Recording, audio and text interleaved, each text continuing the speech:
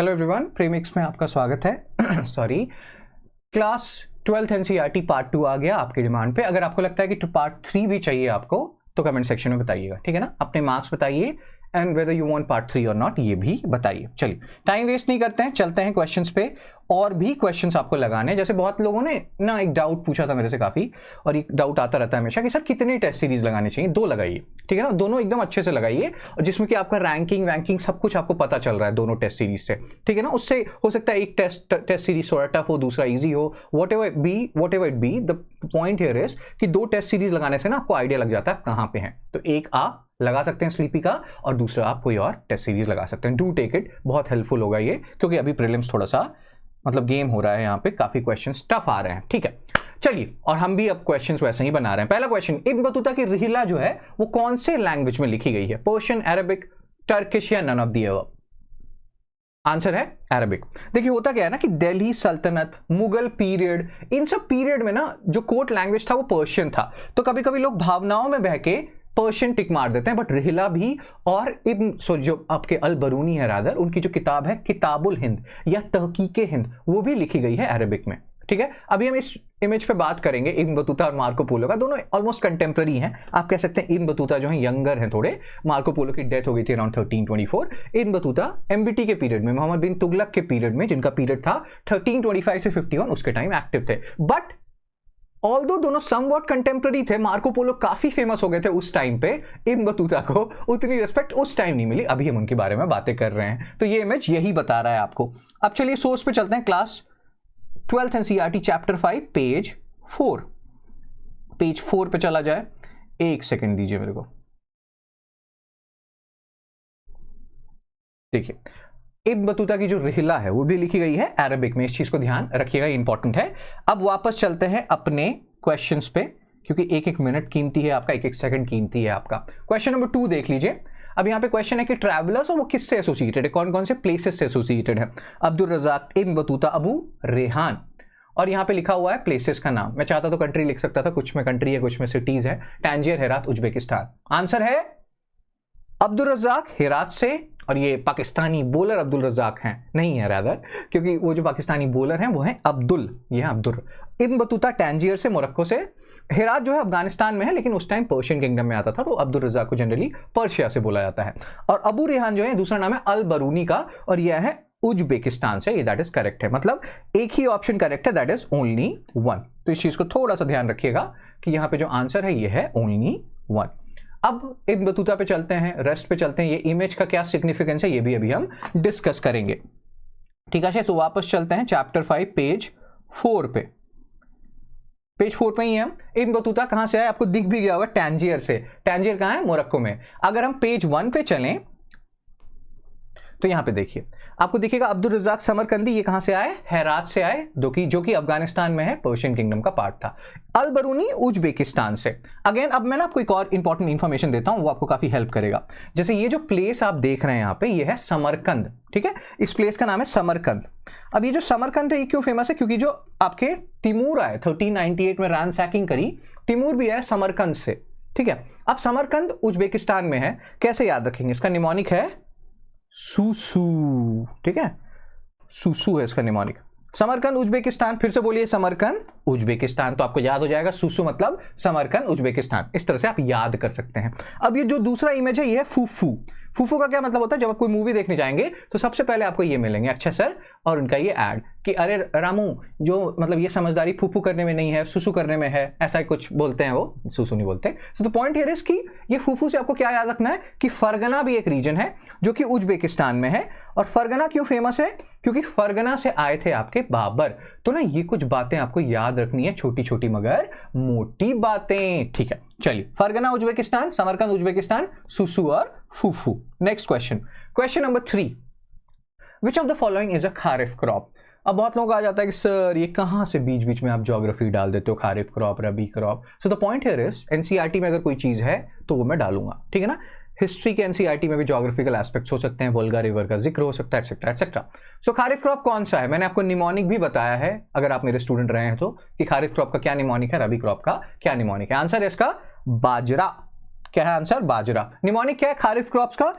और इस पे ना क्वेश्चन आ चुका है पहले, which of the following are kharif crops, rabi crops, 2014, 2005, 3 पता नहीं, एग्जैक्ट ईयर नहीं पता मेरे को, लेकिन बहुत बार क्वेश्चन पूछ चुका है यूपीएससी इस पे। कोबामा की तुजोरी, यहां पे ना कैपिटल लेटर्स पे ध्यान दीजिए।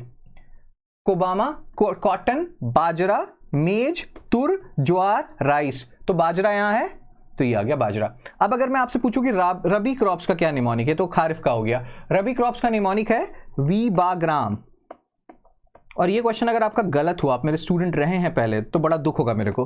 वीट, बार्ली, ग्राम, रेपसिड, मस्टर्ड, ठीक है ना। तो यहां पे आप देख रहे हैं रेपसिड और मस्टर्ड है, ये रबी क्रॉप्स है, तो आंसर हो गया बाजरा। प्लीज इस क्वेश्चन को प्लीज गलत नहीं कीजिएगा। सोर्स क्या है, चैप्टर 5 पेज 14।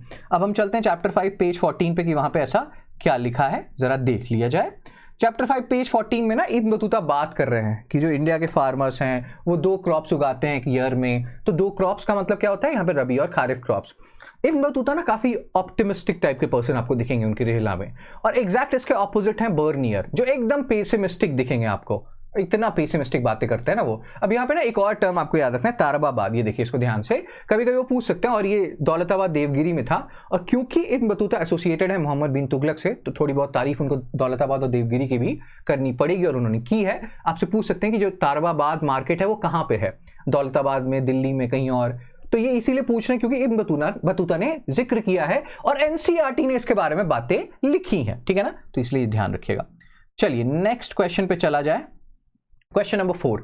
और अगर ये क्वेश्चन आपका सही हो रहा है तो स्पेसिफिकली कमेंट सेक्शन में लिखिएगा कि सर मेरे इतने मार्क्स आए, मैं पार्ट 3 चाहता हूं, नहीं चाहता हूं, और मेरा क्वेश्चन नंबर 4 सही हुआ है या गलत हुआ है। बहुत ही प्यारा क्वेश्चन है ये, लेट्स सी कितने लोग सही करते हैं इस पर्टिकुलर क्वेश्चन को, बहुत कॉन्सेप्चुअल है। अब देख लीजिए, पढ़ लीजिए, आंसर क्या है। अब मैं आंसर बता रहा हूं। अल बरूनी जो है संस्कृत को सिमिलर नहीं मानते हैं, डिफरेंट मानते हैं, रॉन्ग हो गया। इंसुलैरिटी वो मानते हैं कि मेरे को समझ नहीं आ रहा है। इंसुलैरिटी मतलब इंडियंस बिलीव कि कोई कंट्री नहीं है उनके जैसा, कोई रिलीजन नहीं है उनके जैसा, कोई खाना नहीं है उनके जैसा, कोई धर्म नहीं है उनके जैसा, ये सारी बातें वो कर रहे हैं कि इंसुलैरिटी है इंडिया में, ये करेक्ट है। थर्ड जो स्टेटमेंट है ये रॉन्ग है। एंशिएंट रोम में नहीं, एंशिएंट पर्शिया में वो कहते हैं कि 4 सोशल कैटेगरीज थे। तो इंडिया में ये जो 4 सोशल कैटेगरीज है, ब्राह्मण, क्षत्रिय, वैश्य, शूद्र का, ये कोई बहुत यूनिक एस्पेक्ट नहीं है। तो मतलब ये थर्ड स्टेटमेंट भी रॉन्ग हो गया। तो आंसर क्या है इसका, ओनली 1, ठीक है ना। अब सोर्स क्या है, चैप्टर 5 पेज 10। चैप्टर 5 बहुत प्यारा चैप्टर है। बहुत लोग कहते हैं कि सर चैप्टर 5 पे इतना tension. Chapter 5 is the only chapter, मैंने क्लास 6 से 12 तक का एनसीईआरटी कवर किया जो हमारा चैप्टर वाइज चल रहा है, और उसमें ना chapter 5 is the only chapter जिसका कि अभी तक मैंने 2 पार्ट बनाया है। अदरवाइज सारे जो चैप्टर्स हैं उसको 1 पार्ट में खत्म किया है। इतना फॉर्डर है इस चैप्टर में। चलिए पेज 10 पे चलते हैं, ठीक है। अब यहां पे देखिए उन्होंने लिखा है कि संस्कृत कैसा है। संस्कृत उन्होंने लिखा कि ये काफी डिफरेंट है अरेबिक और पर्शियन से, तो इस बात का थोड़ा सा आपको ध्यान रखना है, ठीक है ना। और अगर हम बातें करें, ये बात हमने कर ली, उसके बाद इंसुलैरिटी की बात उन्होंने की है जो भी हमने देखा, और एंशिएंट पर्शिया में 4 सोशल कैटेगरीज जो थे ये रिकॉग्नाइज थे, ना कि एंशिएंट रोम में। इस चीज का भी ध्यान रखना है, ये इंपॉर्टेंट है, ठीक है। सो ये बातें हमने कर ली। अब वापस चलते हैं और क्वेश्चन देखते हैं जो हमारा क्वेश्चन था।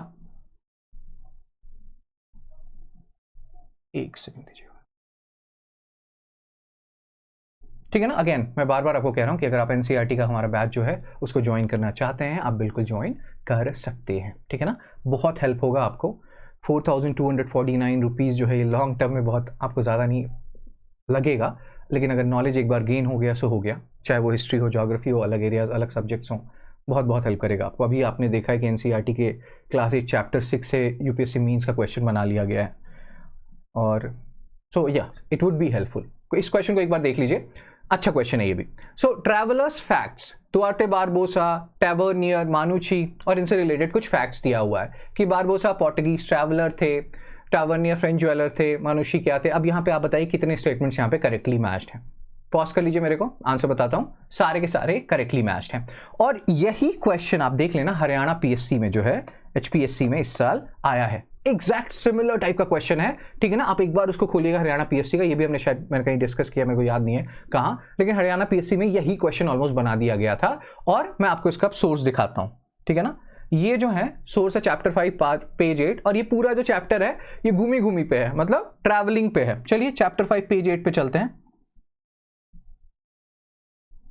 ठीक है। अब यहाँ पे देखिए, हमने बात किया बारबोसा का, पोर्टुगीज ट्रैवलर हैं, विजयनगर एम्पायर के बारे में काफी इंफॉर्मेशन इनसे मिलती है।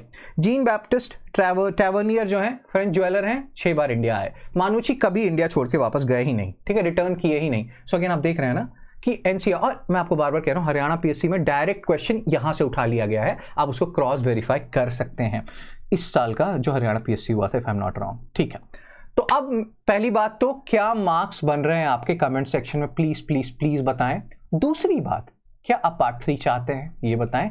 तीसरी बात, क्वेश्चन नंबर 4 कितने लोगों का सही हुआ है वो भी बताएं। पार्ट 3 नीडेड और नॉट, बिल्कुल बताएं। अब मैं चलता हूं, बाय बाय।